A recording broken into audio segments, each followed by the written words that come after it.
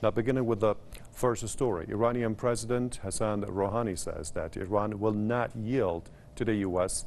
economic pressures.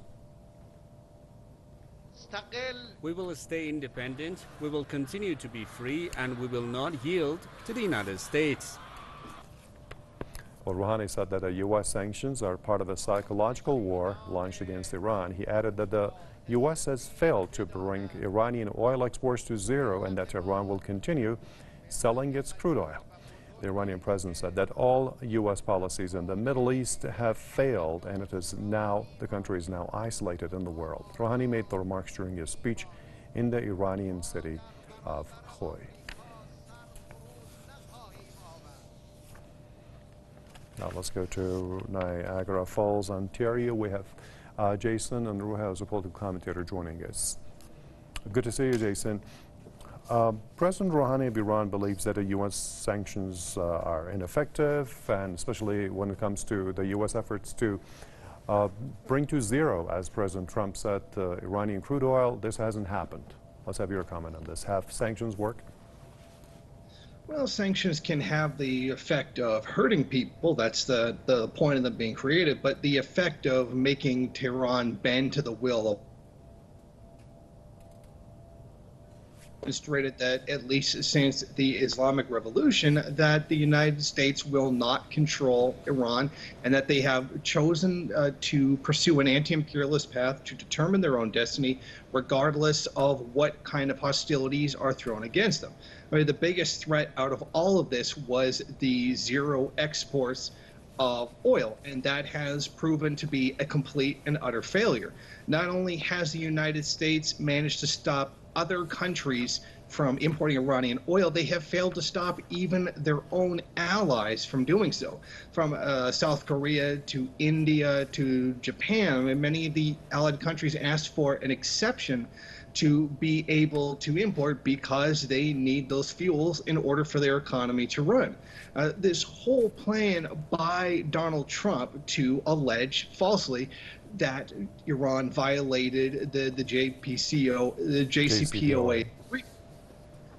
Right. Pardon? Yes, go ahead, please, Jason. Oh, sorry. It's very clear that the strategy has not worked.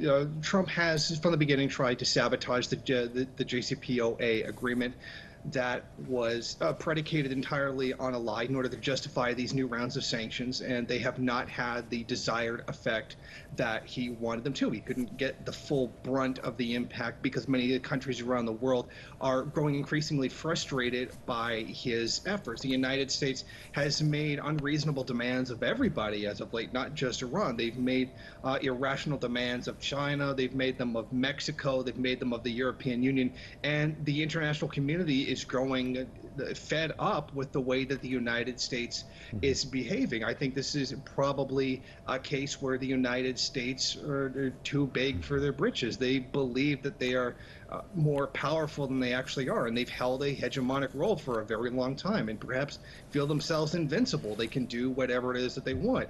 But it's very clear that this policy towards Iran is not working, and it does not seem it's going to work at all. U.S. strategies are failing in many countries across the Middle East. It's failed in Iraq. It has failed in Afghanistan. It is currently in the process of failing inside of Syria.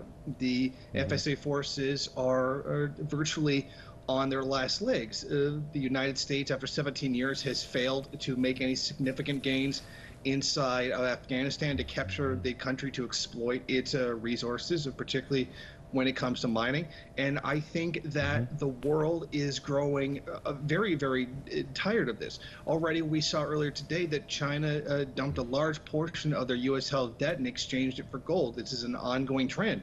I think that there's a general turnaround in the global economy, not just politically, but economically as well, to resist these efforts that are being made by the United States. And it seems that this one focal point, Iran, seems to be something that Trump is hammering on the most, and perhaps he feels that it could be the most successful. But as we have seen from not just his actions, but the actions of Iran in rejecting it, that he is not going to win. All right. Thank you for your comments. That was Jason Unruhe, political commentator, who joined us from Ontario.